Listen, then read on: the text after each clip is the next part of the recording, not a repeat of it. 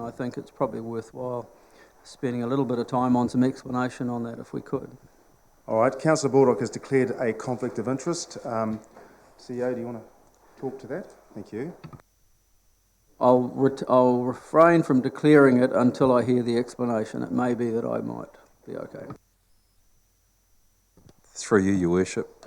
The Remuneration Authority, through determination, has allocated a sum of money known as the pool to be allocated amongst the 10 councillors.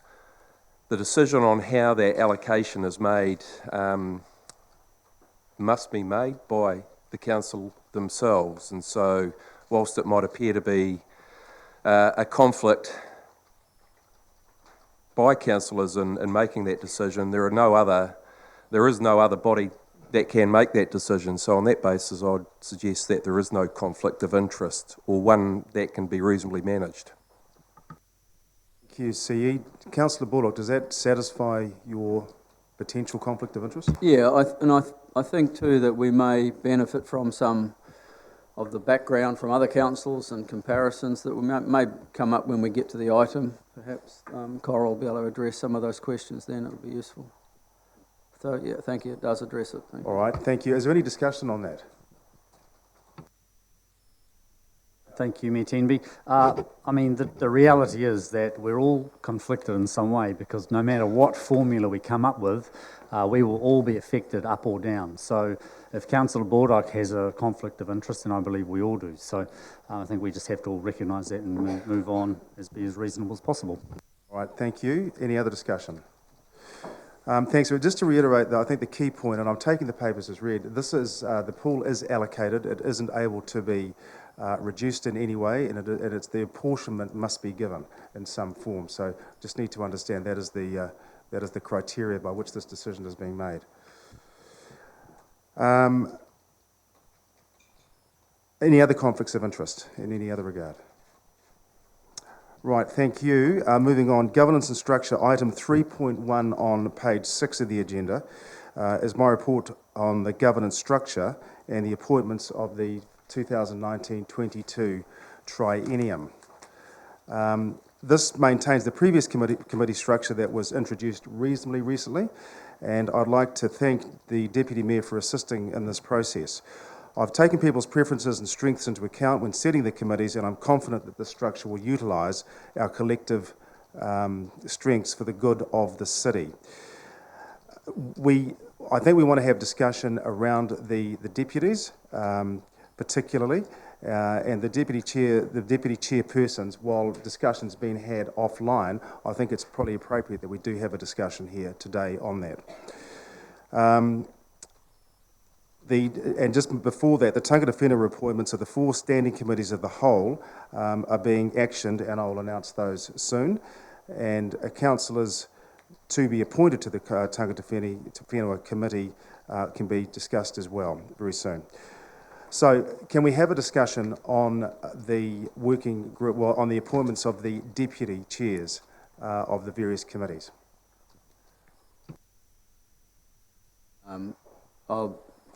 I would move at the appropriate time some recommendations for that after having discussions with many of the councillors, and perhaps then we can discuss if you wish to do it that way. Good idea. So it was I'd recommend the Deputy Chair of Urban Form and Transport to be Heidi Hughes, the Deputy Chair of Project Services and Monitoring to be Jaco Abri, the Deputy Chair of Policy is Dawn Kitty, and the Deputy Chair of the Finance Committee, albeit we are waiting for the appointment of the Independent Chair, but that would be Tina Salisbury. Thank you, Councillor Baldock. Is there any discussion on that?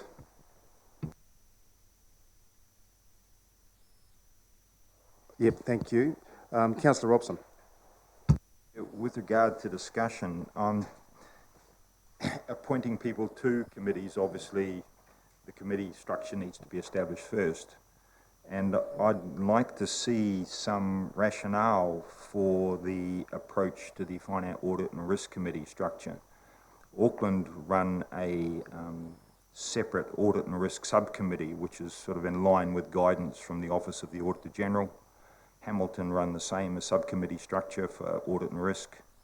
Wellington the same, a subcommittee structure for audit and risk.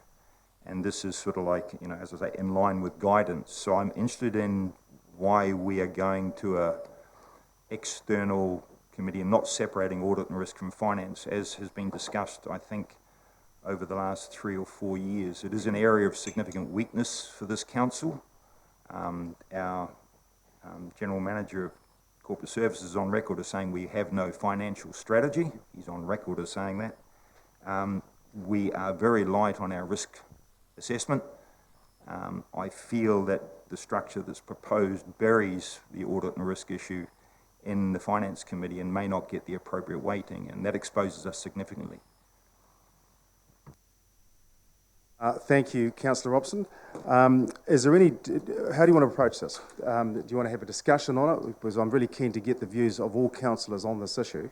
I do agree with Councillor Robson that there are some councillors that certainly separate that purposefully. I'm not sure that it's best practice. Best practice is, in fact, having an independent chair of finance, and it just struck us that having the two together, given the vast majority of risk is around things financial, that they would sit comfortably, providing we get the right appointment in that independent chairmanship.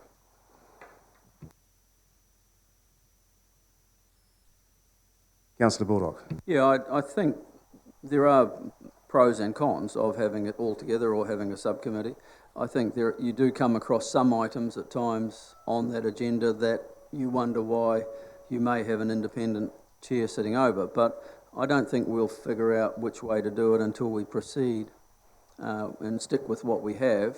And if we find then that we are dealing in too many issues that are really council business and not the issues of real high-level finance and audit and risk, then perhaps we may look at an amendment going forward and deal with it then. I would think just today we carry on, try and find that person we're going to appoint for the role and see how it works out as we get on with the job. Thank you. Is there any other discussion on that? Councillor Salisbury. Is it reasonable to review in a year? Is that something that we could look at? Just reviewing the committee structure in a year? Yes, absolutely. Just the history of, well, not the history, but the thinking behind this philosophically is really that we have some very big decisions to make to move the city forward. The vast majority are around, no surprises, infrastructure, housing development, and those big ticket items. So it was, my preference to have a professional, independent chair of finance particularly, and while we are still looking, it needs to be someone that understands and has worked at a very high level in for example, a KPMG, PwC type environment as a past chairman, perhaps, but who also brings a skill set that understands the management of cities and the progress of cities as well, which is a very specific skill. So we're looking now for someone that really does have that blend and at the same time has a really professional and long history of governance in that regard. So look, I'm very open to this. I think that the finance, I think we need that for finance. Very open to looking at what Councillor Robson is proposing regarding audit and risk. Although in my mind the two come together, but I'm very open-minded on it.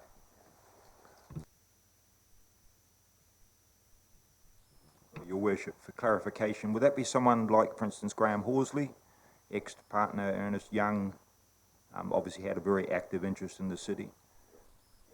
It could be someone like that. I mean, that's the skill set. I don't believe this person necessarily needs to come from Tauranga, but as I've discussed with the Chief Executive, it would be great if he or she did, ideally. But I think we need the criteria, in my mind, happy to be challenged, is we need the best. We need somebody really good because we have some significant challenges. And, to follow up on Councillor Robson's comment about Hamilton, I think it's fair to say that Hamilton are light years ahead of us in terms of their infrastructure development and thinking. And I'm happy to discuss that with you all, but they are a long way down the track. And I think for us to progress to that level with a bit of a jump step, which is what I believe we need, we're going to need someone that really does know and understand this area in some detail. Councillor Hollis. One of the things with altering a system as a jump step is it's probably better to follow a good process like Hamilton is doing from the outset, and separating audit and risk from finance and having that independent person overlooking finance is probably a very good option to start, rather than spending any time thinking that we're going to change it sometime in the future, which we may or may not. All right, thank you, Councillor Hollis. Is there any other discussion? Councillor Baldock. Could the Chief Executive just give us some clarity on that appointment process? Are we required to go out to the market and, you know, deal with it in a normal kind of process, or is it a shoulder tapping? Through you, Your Worship. Look, perhaps if I could just provide a wee bit of background to the option for subcommittee. It was the desire of the previous council, and it's my understanding that the key committees of this council should be committees of the whole. For that reason, I think at this point there wasn't a decision or proposal to create a subcommittee.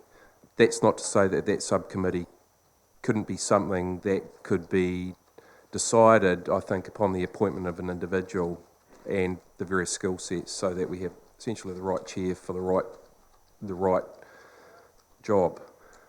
In order for an appointment process, we were proposing to use a similar process to the appointment of BVL directors. So essentially, we'd have some independent support to try and attract the right person. Then we'd go through a process, but ultimately it'd be council's decision who the appointee was. So yes, we would go to the market. Thank you, CE. Councillor Morris. Thank you, Mayor Temby. In terms of the appointment, obviously politics is done by the politicians, and hopefully as little of that as possible. Is it important that any particular independent chair is politically neutral or not seen to be engaged in local politics? Is that an important sort of a factor in your view? Thank you. In my view, it is important. I think they need to be, like in any governance role outside of politics, they need to be impartial, they need to be skilled, and they need to be able to understand the dynamics, particularly the dynamics of the city. And I do take Councillor Hollis's point on board that, you know, the process is critically important, and being able to manage that process in a refined and dedicated way to move things forward is I think, invaluable. Thank you, everybody. No more discussion on that. If there's not, we'll move on to the CCOs. So the Council-controlled working groups is also under review, and appointments to that group will be made at a future meeting once the review is completed. Other appointments that are yet to be included are appointments to the City Plan Hearings Committee, and I'll announce those at the next council meeting. The Deputy Chairperson of Wastewater Management Review will also be appointed by the committee. The Joint Governance Committee, together with TCC and Western Bay of Plenty, is being reviewed, and if reconstituted, and I say if, I'll come to that in a second, it will be TCC's turn to administer the committee, and I'll be appointed as the chairperson. I should tell you though, Mayor Webber, which I'm discussing with at the moment, may not wish to see this committee reconstituted. So we're just having a discussion around his wishes and needs before we come back to that, and we'll report back as soon as we've got a decision from him. Are there any questions or clarification on any of the previous recommendations? Thank you. So there are a number of recommendations starting on page 6 through to page 8, serials A to G particularly. And I move these all together with the additional appointments of the Deputy Chairpersons and Councillor appointments to the Tangata Whenua Committee. As said, we need to discuss this with Tangata Whenua, and while there is long-standing relationships with them and on those committees, we just need to ensure that they are comfortable to revisit those. So, are you willing to accept these recommendations at this point? Sorry. Yes, I am. I'm happy to second your motion, Mayor Temby, but the names of those for the Tangata Whenua Committee haven't yet been put in, so we should do those. And as I recall from my discussions again, there were, I think, 6 or 7 that were interested in being in there. Whether you just want to have a show of hands, or I think I gave you that list yesterday. It was, I can look around the room and think it was Tina, it was Heidi, it was Bill, it was Kelvin, it was Yako, myself, and then you as mayor, and I said I was happy to be an alternate for you, which would mean it was the 6 or something. That's right. Is everybody happy with those names? Very good, thank you. And you will second that, Councillor Bullock? Thank you very much. So I now put the motion. All those in favour, please say aye. And against? No.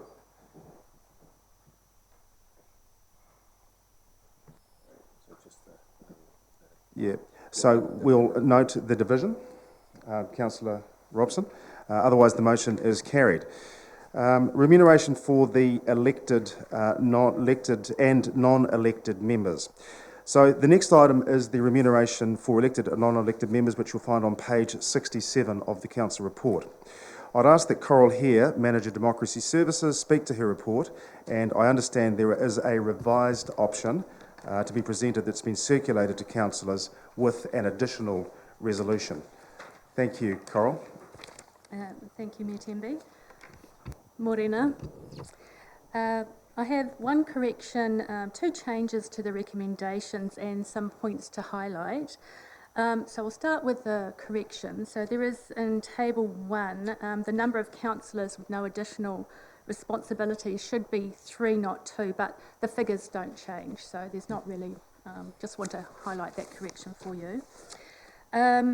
Now for option 2, I have circulated to the councillors this morning, and it's up on the screen. It's also in your Stella, so you can access the new table. So if I'll just go through that with you. The deputy mayor is now, the ratio is 1.45. The chairperson of the standing committee is 1.26. The deputy chair of the standing committee is 1.13. So those figures, those ratios then change the figures. So the remuneration for the deputy mayor would be 139,563. The chairpersons of the standing committee would be, it would be 121,276 each. There are 2 standing committee chairs. The deputy chair, there are 4 of those, would be 108,763, and the chair, councillors with no additional responsibilities, there's 3 of those, and that would be 96,251.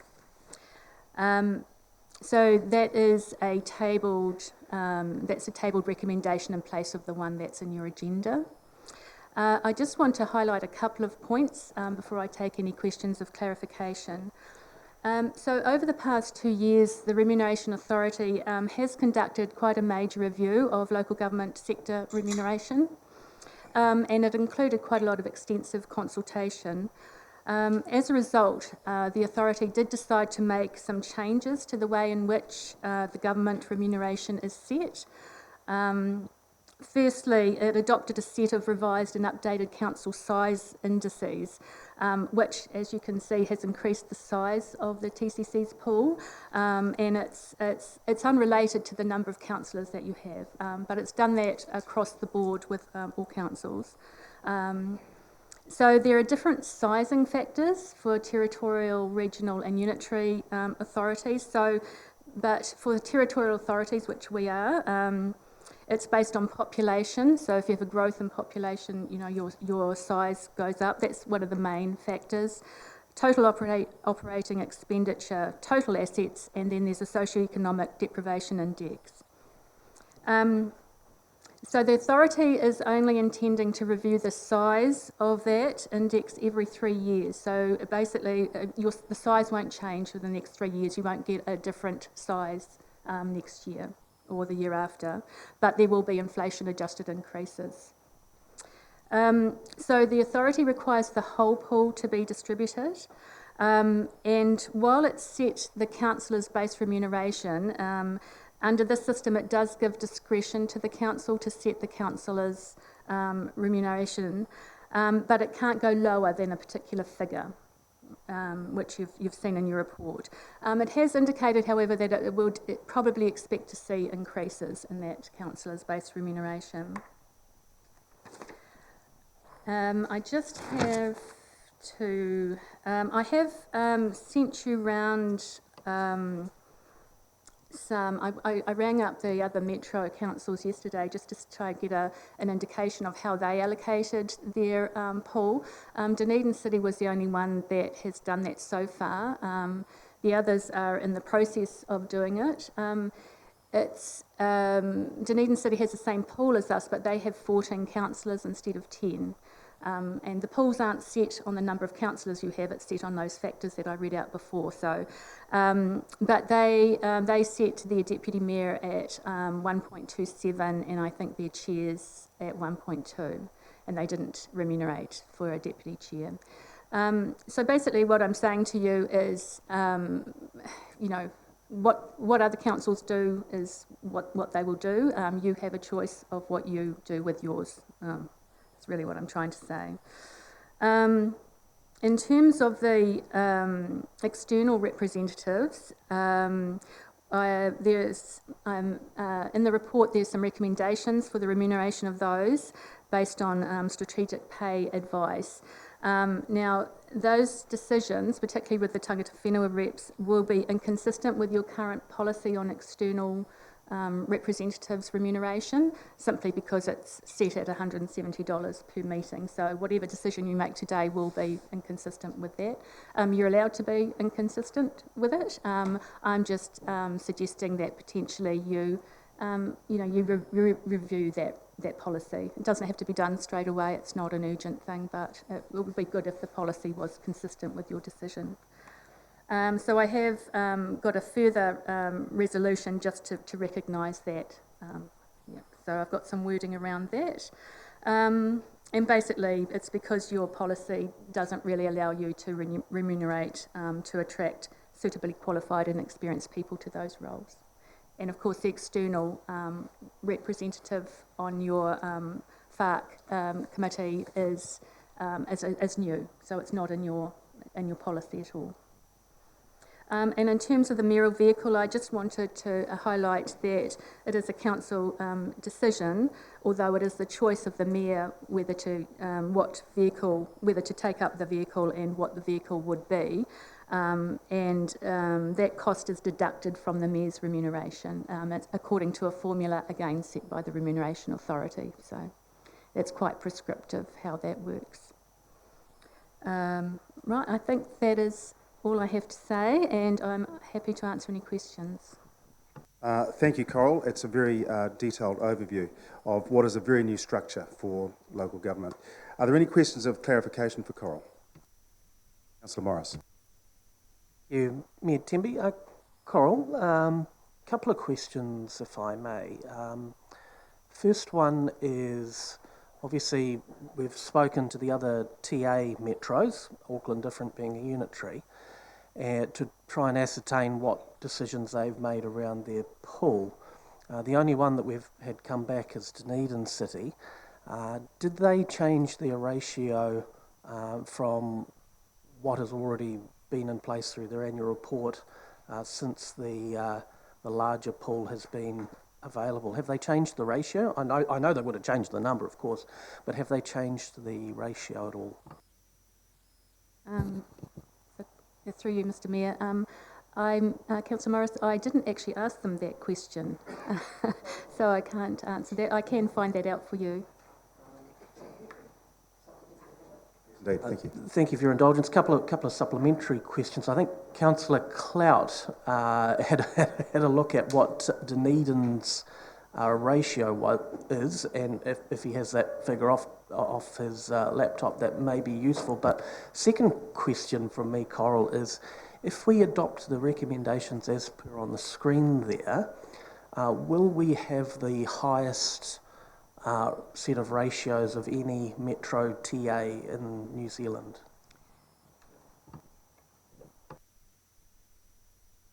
Through you, Mr. Mayor.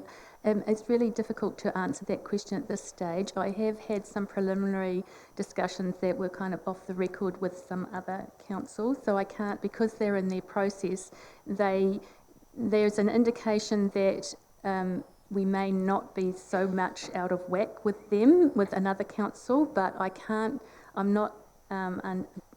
say that for real because they may change their minds between now and sort of 2 weeks' time. My thought would be, it's really just too early to say, yeah. Yeah, a final supplementary through you to perhaps Councillor Clout. Do you have the ratios as in current play of the metros? Thank you. I can't take credit for researching this myself, but it has been given to me, and I understand the Deputy Mayor premium, as it were, was 30%, so 1.3. That's very close to the 1.27. No. Oh, the only other one I had was Auckland. Auckland was 45 and Hamilton was 30%. Yeah. Can I just... Sorry, that was just for the Deputy Mayor. I didn't have the chairs, as it were. If I can just add, having talked to Mayor Hawkins from Dunedin about this, he's they're looking at, they're still looking at it, to be honest, is his view. And they have, of course, while the ratios may remain consistent or change for them, they do have 15 councillors, which makes a huge difference to the allocated pool per individual. Sorry, I had one correction. I did get the chairs of 2 metros and they were 20%, so 1.2. Yep. Councillor Clout.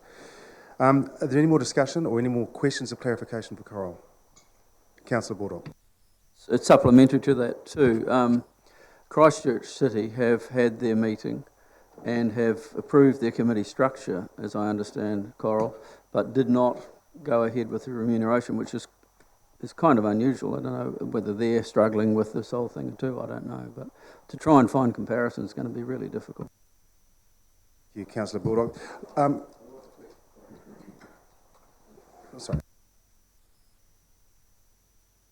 For you, Mr Mayor, yes, that's the case with Christchurch.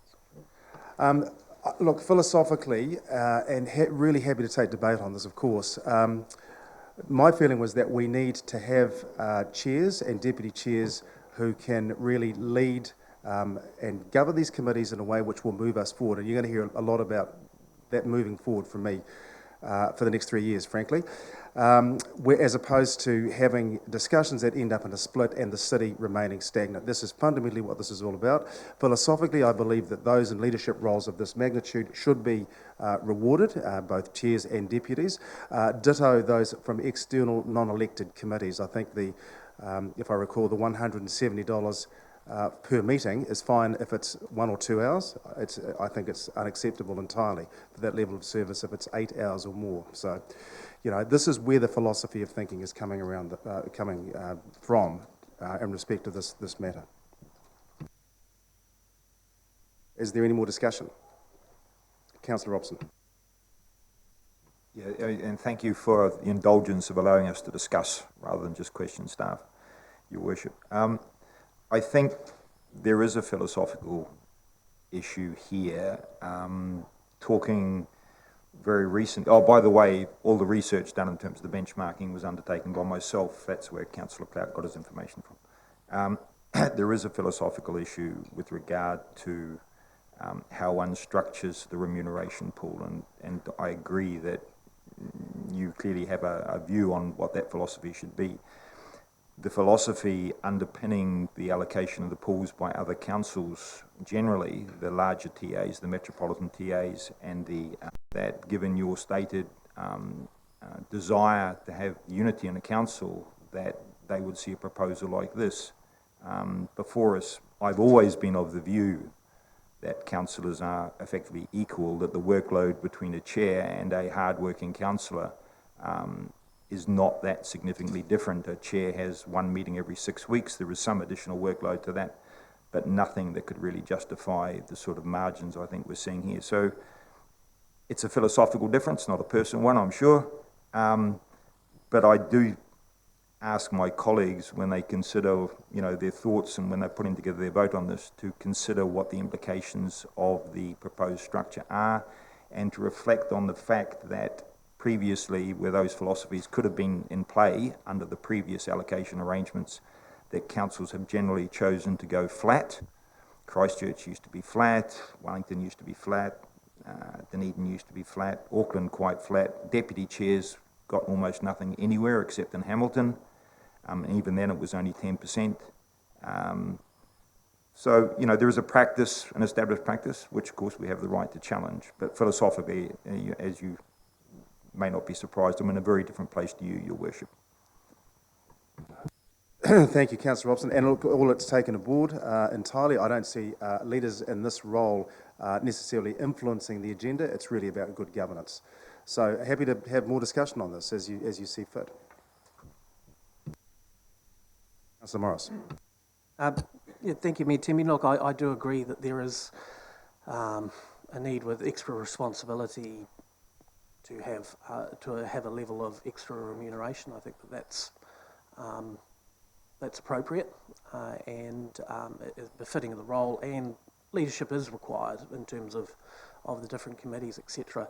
I would humbly suggest that in terms of the recommendation staff have brought before us today, that would, and bearing in mind the officer's comments around one TA, which is possibly likely to be around those figures, but yet still to be determined. We do have what the ratios are of the metros currently, and I would not like to see us too far out of step with those. I think it's a reasonably easy benchmarking exercise because we have 70 odd councils around the country. We like to compare ourselves to the other cities. Auckland is a bit different because it's of course a unitary authority, although I'm not sure they do twice as much work in that regard. But that being said, I think that the current ratios that exist in Hamilton would be a good place for us to start, and they are the deputy chairs are plus 10%, the chairs are plus 20%, and the deputy mayor is plus 30%. And when I get home, I'm going to have to answer to my wife. But that is something that if a motion is put on the current recommendation, I would speak against it and propose 10, 20 and 30 as an alternative if the motion failed. Thank you. I think that's very germane. This isn't a segue, but just as an aside, the difference between in central government a sitting MP and a cabinet minister is $105,000 difference. Now, they clearly want to create a team environment, but I think there's, again, recognition of the leadership required as in a cabinet minister as compared to a sitting MP. Just philosophically, food for thought. Councillor Baldock.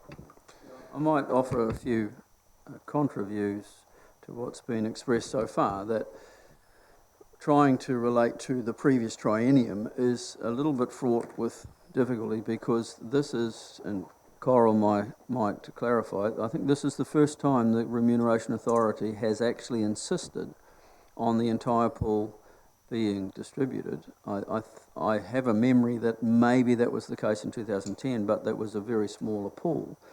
We're in the difficulty of having a 30% increase in our pool. This is, and being told we have to allocate it. So trying to look to the other councils is I don't believe helpful, especially when only one of them has made this determination. Secondly, I proudly say Tauranga City is one of the fastest growing, if not the fastest growing city in the country. We have many, many issues. I believe councillors work very hard here, and the chairs have significant roles in what they do around this table. So it's not apples for apples when we make these comparisons. And if we did have those other councils having made their determinations, it would have been a lot easier. But they haven't, and I suggest it's because they're all struggling with the same issues we are. How do we do this properly? And I think the recommendation's reasonable that's been put forward. Thank you, Councillor Baldock. Mayor Bolt from Queenstown would say he's the fastest growing, and he would place us as second, but again, I digress. Well, what I think would, I beg your pardon, Councillor Hollis. I just want to be clear that my opinion on this is that we all got elected in equally to do, we're all on the same committee. Some are chairs and some aren't, but we're still going to have to prepare in the same manner, read the same documents and come up with similar decisions. The workload doesn't change, particularly except for the pre-meeting where the agenda is set. The actual workload is reading all of the documents and making those views of what we see within those. I think creating a hierarchy within this, when we're all supposed to be making similar votes, could be fraught. There is some risk associated with that. That the deputy chairs maybe do a little extra, but overall we should be treated equally. I don't see that it is a problem distributing the pool. It never was. The pool hasn't gone up dramatically at all. 300,000 in a city that is 230 million worth of income or more. A few hundred thousand is not a dramatic number. And anybody sitting at this table has probably earned in that range anyway. So we're not playing with huge numbers. It would be so much more equal just to spread it out and have everyone treated exactly the same around the table, bar the chair people. Thank you, Councillor Hollis. All taken aboard. I think in the circumstances of the discussion, I'd like to put it to the vote and just see where we land. And to Councillor Morris's point, if we find ourselves divided on this, we can certainly revisit it.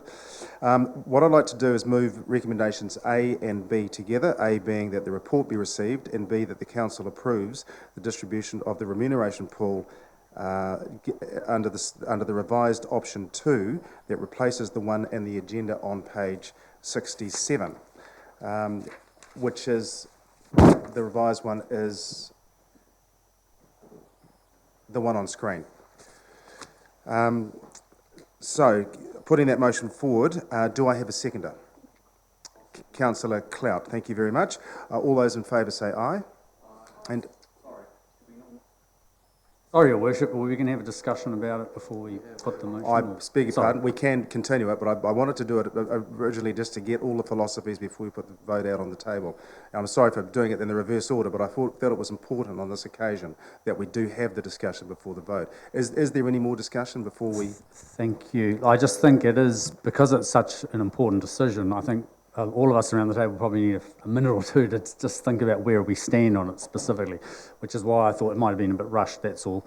I was happy to second this because I believe that we do need to recognise increased responsibilities, and of course I think there is actually increased workload as a chair or deputy chair. It's not as sort of flat in terms of workload or responsibility as Councillor Hollis might have indicated, and so I'm comfortable to second it and I'm happy to vote for it. I assume we'll need to have a division, and therefore I would suggest a show of hands when it comes to the vote. Thank you. To Councillor Clout's point, as those that haven't spoken, are there any comments that you'd like to make? Councillor Granger. Yeah, thank you. Look, it's been quite interesting looking at these figures that's thrown in front of us, and one thing I do want to say that councillors have strengths in different directions. And a good example of that is myself, actually. The fourth time, that's now the fifth time I've actually sat on the council, and my strength's certainly not in that chair there. And just to say that when we look at these, extra responsibility for those chair positions and deputy chair positions, yes, but to what degree? We also, I don't want to be too much in the way of difference from other councillors. I want to sort of keep in line something similar, and I can see that some of them, the figures haven't been reached yet by some. So I just thought I'd make that comment as regards to where each of our strengths lie. Thank you, Councillor Granger. Anyone else who... No more discussion? All right, thank you. So I'll put this to the vote, and I agree with Councillor Clout, it does need a raise of hands. All those in favour?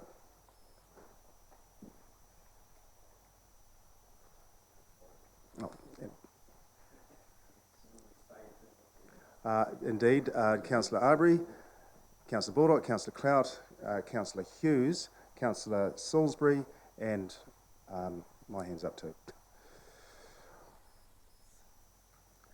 And those against? Councillors Granger, Hollis, Kitty, Morris and Robson. Thank you.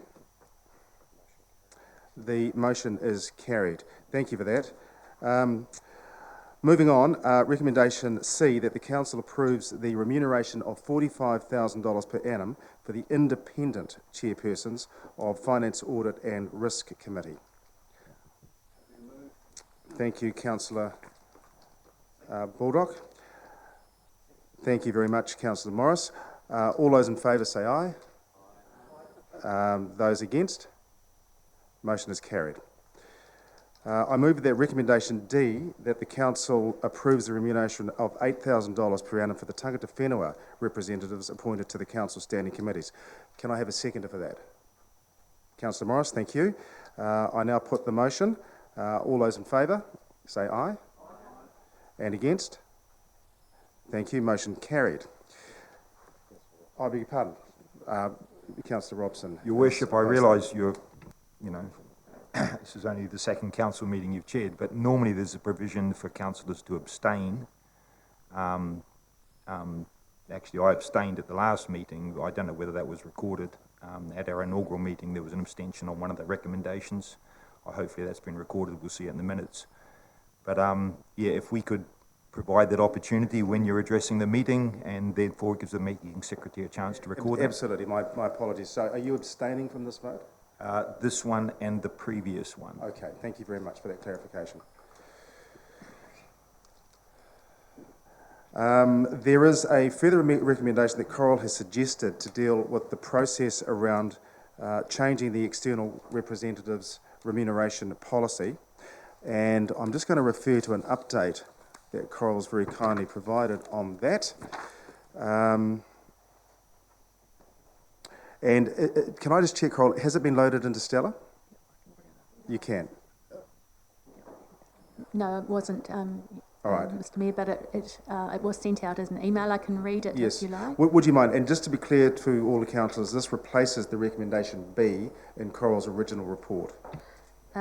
Just that the council recognises that resolutions C and D are inconsistent with council's external representatives' remuneration policy, and that this inconsistency occurs because the policy will not allow for the recruitment of suitably qualified and experienced applicants for these roles, and the council directs the policy committee to review the policy to ensure it is consistent with these decisions. Thank you, Coral. Can I have a mover and seconder for this recommendation? Councillor Baldock, thank you, and Councillor Morris, thank you as a seconder.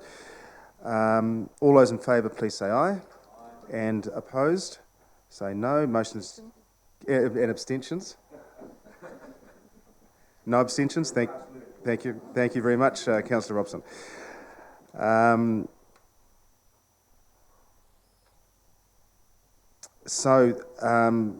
Coral, just help me. Old E now becomes new F for... Right, okay, very good. F now being that, agrees to provide the Mayor with a vehicle of his choice to the maximum amount given against the Remuneration Authority and the local government elected members' determination, 2019-2020, to be funded within existing budgets. Thank you, Councillor Cloud. And is there a seconder? Thank you, Councillor Baldock. All those in favour? I beg your pardon. Is there... Councillor Kitty. Yeah, I just have a question. Some of what we're discussing, I understand an email came out at 8 o'clock today. Is that correct? That's correct. The last couple of decisions. That's what I'm hearing, aren't I? Some of the amendments were coming out at 8 o'clock today. Yes, the revised recommendation for the remuneration came out in an email this morning. Great. Could I make a suggestion that may be a bit earlier, because I was in my car at 8 o'clock today. I have just not had an opportunity to read any of that at all. I'd like to suggest that comes through a little bit earlier than 8 o'clock, or we get a message, or we get a little bit of time to read that before coming in here. Yep, absolutely. The recommendations on remuneration were an update following a discussion that happened late yesterday, and did in fact smooth it out a bit more. But point taken, and the answer is yes, absolutely. We had a mover and a seconder. We have no abstentions. Thank you. All those in favour say aye, and against. Motion carried. Thank you very much. Moving. Mayor Timmy, can I just raise a matter I think we might have just not mentioned going back when we went through the committee structures. There was just the issue on page 63 where we had a recommendation for EnviroHub, which was Councillor Heidi Hughes, but we are now aware that EnviroHub were not requesting an appointment, just to make that clear that it's because I don't think we touched on it when we went No, through. we didn't. And thank you, Councillor Baldock. Again, Heidi, this came through early this morning. It was the first information that I got of it. So we can catch up on that and maybe find some other ways for you to be involved in an area that's very important to you, I know. Yeah, I speak to them often. I'm really happy with that. That's fine with me. Okay. Next agenda item 3.3, is the meetings schedule for November, December 2019, which you'll find on page 76 of the agenda.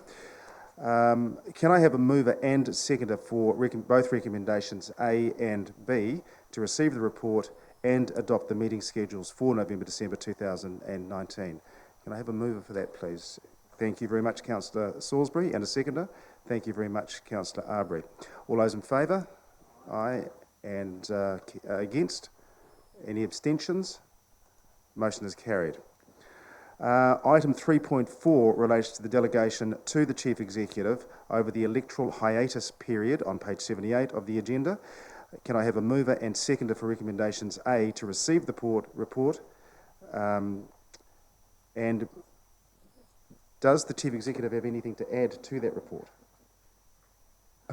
Through your worship, no, I don't. I'm happy to report that I wasn't required to use any of those extraordinary powers that was bestowed upon me during the hiatus. Tremendous. Thank you very much. Can I have a mover for this with acceptance? Thank you, Councillor Clout, and a seconder? Thank you, Councillor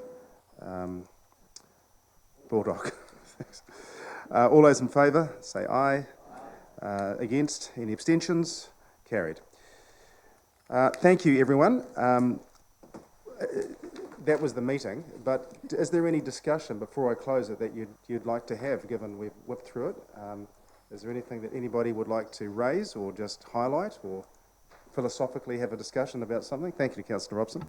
Yeah, I just think I'd like to see us sort of, it's a settling in process. New chair, some people relatively new to operating in this environment, but we've just had a situation with regard to the meeting calendar where there was no discussion, no invitation to discussion, no opportunity to question the calendar, no opportunity to question why, for instance, in the week commencing the 11th of November through to the 17th of November, nothing is scheduled. And we just have an obligation under the Local Government Act, and it is new, but this is not like a closed corporation. Under the Local Government Act, you have an obligation to make your decisions transparently. People should be able to watch this live stream and understand the rationale for things, should be able to understand why things are being made, and there should be the opportunity for councillors to ask questions. Now, you know, we're not in a hurry, we're not under a time constraint, but that would be a classic example of where there's an obvious question that should have been an opportunity to ask. So I suppose what I'm sort of trying to work with is, you know, can we modify what appears to be the current COPUP, slow down a little bit, have a little bit more consideration, and make sure the people watching and anyone listening, anyone who cares to go through the minutes, get some idea of why we're making the decisions we make, because that's an obligation we have under the Local Government Act. And in that regard, if I could take the opportunity to ask the question, you know, why do we have, you know, we haven't done a lot.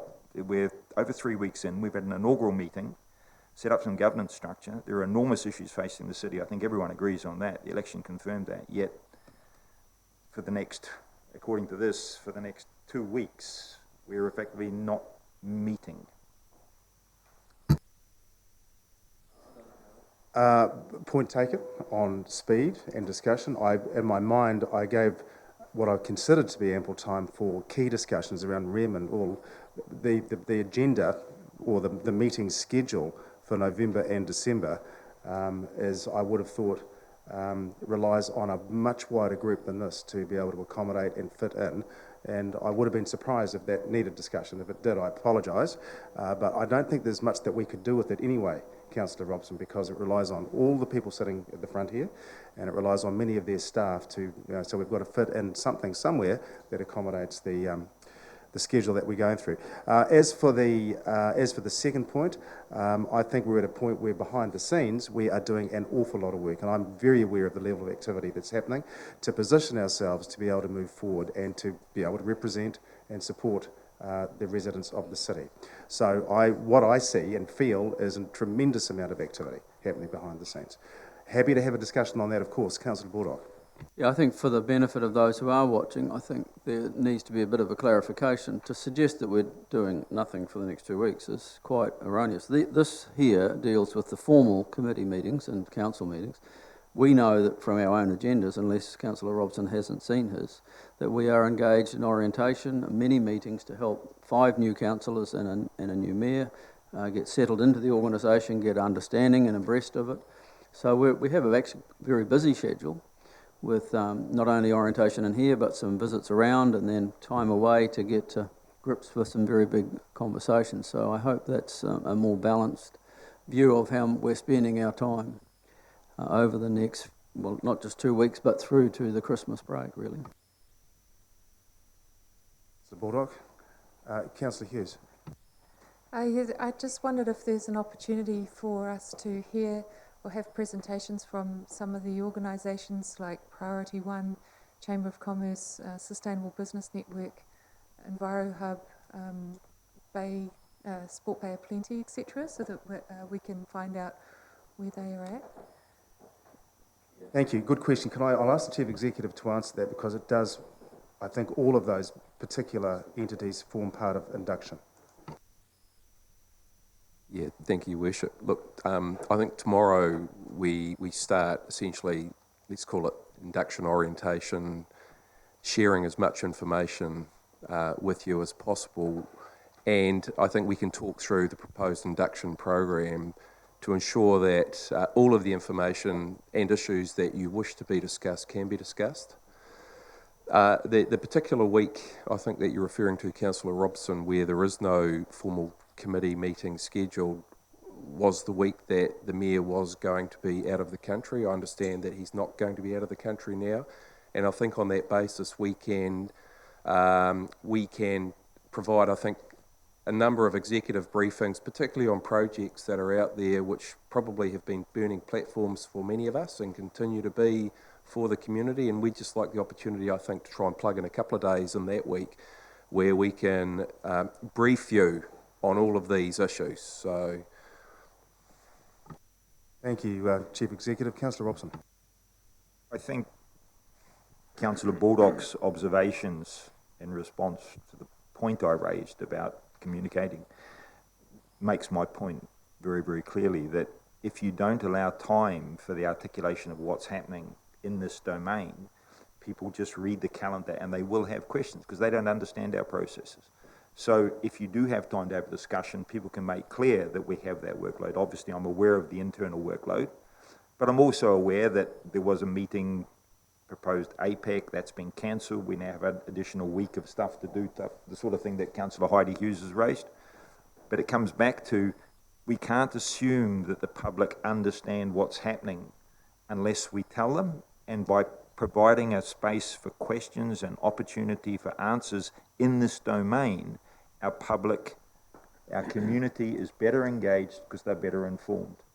But if you just pass a meeting resolution like this with a blank calendar, someone looks at that, they have questions, and our obligation is to answer those. So I appreciate the comments Councillor Baldock made, but that goes to the heart of the point that I was making. We do need to make sure that in this chamber, what we articulate and what people see in agendas looks and clearly indicates what we're doing and why. So, thank you, Councillor Robson. Point taken. I think we'll get to the point where we do have much longer meetings and where that discussion is probably a bit more active, and where the decisions that are taken are, to the Chief Executive's point, some of those burning platforms will be addressed.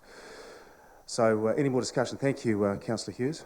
Yeah, I just wanted to, I wondered about the room setup and the possibility of, I know I've always found it difficult had my back turned to people who are in the, who are coming here to be presented to, etc.